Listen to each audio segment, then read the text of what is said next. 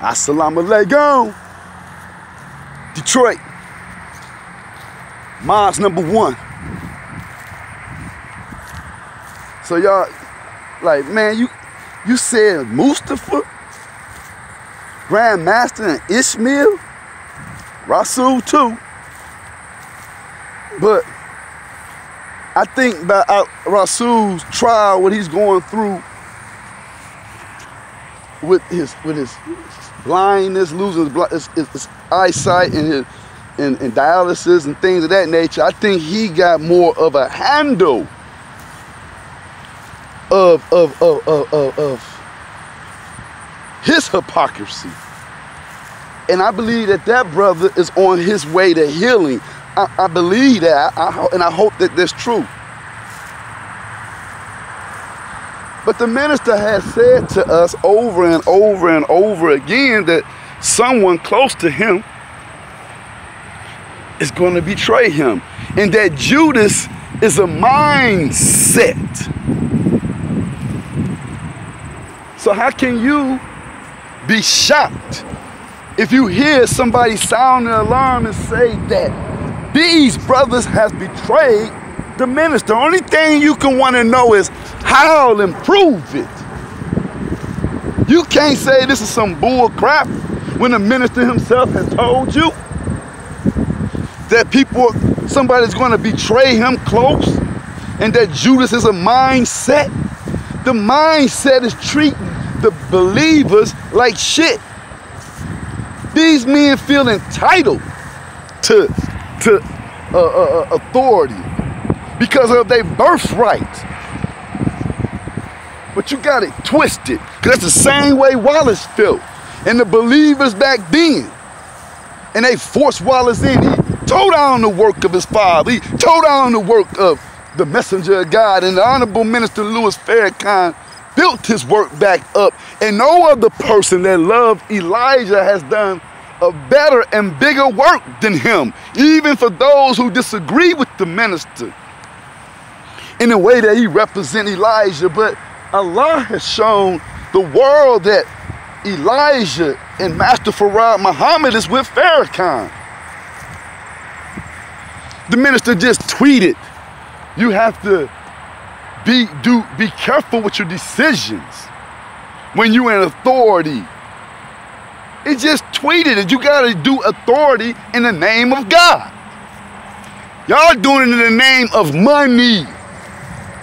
You're doing it in the name of sex and women. You're not doing it for the love of Master Farad Muhammad. Don't lie, because I wanted to get real personal.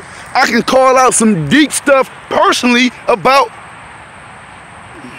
you guys, Mustafa Ish. But I'm going to say it like this. I'm going to go ahead, what I'm going to do, I'm going to finish what I was doing about these sealed indictments. I'm not going to get off course and teach and show how Allah made me to see that what I'm saying is true. I'm going to prove it through my story, what I was doing. But I'm going to say to you right now, though,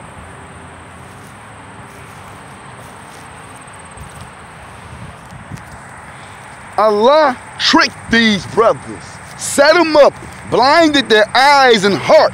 But you came to Mecca with that bull crap. They're on a campaign, brothers and sisters, to hold the fort of the nation.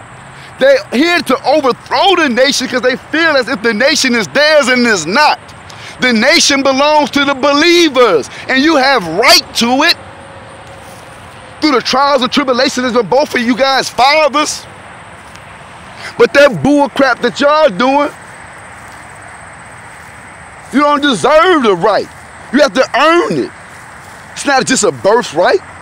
We seen what happened in the first. What happened in the first when the nation of Islam first rose up with Elijah Muhammad. And when Elijah Muhammad departed, we seen his son take over the nation and break it all up. And we find out later that he was connected some form of fashion, I'm gonna leave that alone, because at the end, Wallace came to Farrakhan and I believe saved himself.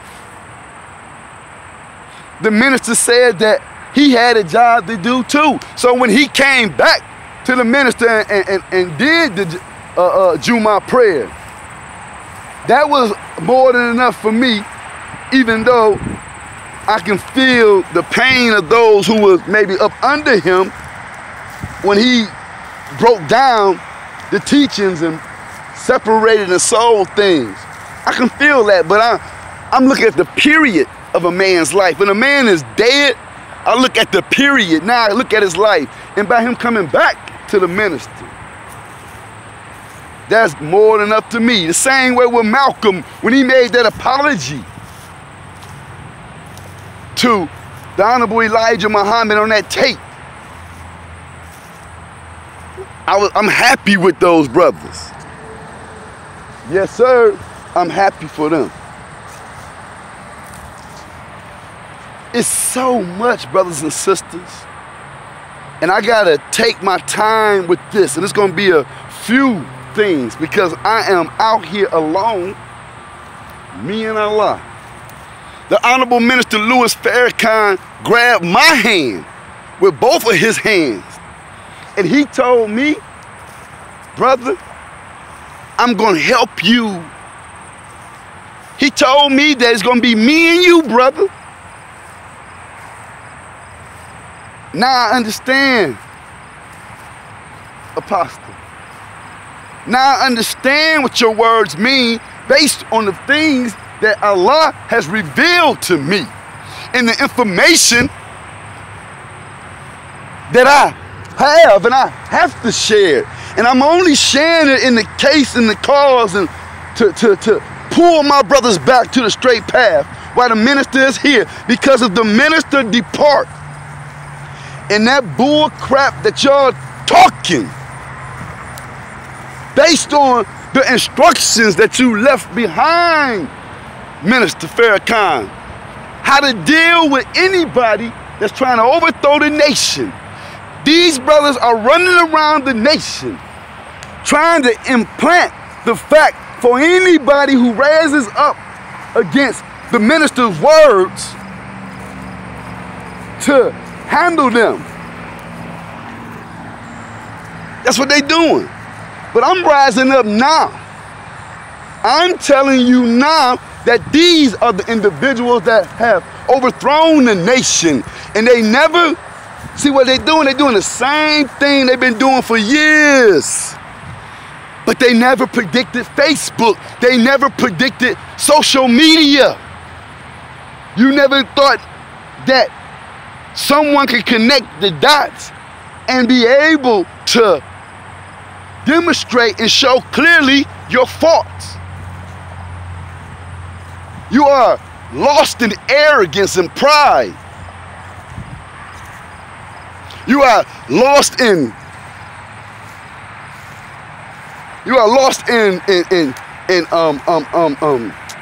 entitlement.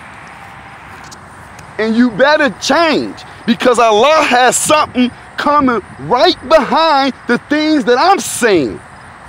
And this ain't no hocus pocus, nothing. And I'm not upset. I don't give a damn. I didn't need to come up there to be in that cheerleading session. I'm good out here. If I feel sorry for those, it's not a good time to even be in the nation. Well, it is because of the minister. I never abandon him, and I never tell the true believers that. But I'm telling you, man, these are not no good individuals. In Detroit right now, running that bull crap campaign to try to offset what is coming down the pipeline.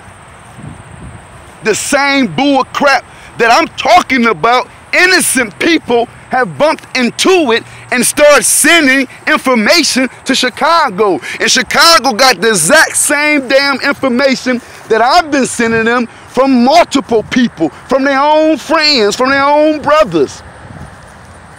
And then they come down here to clean up the same damn mess that they've been cleaning up for the last 3 to 4 years. It ain't going nowhere, man. I'm not going nowhere. Salam alaikum.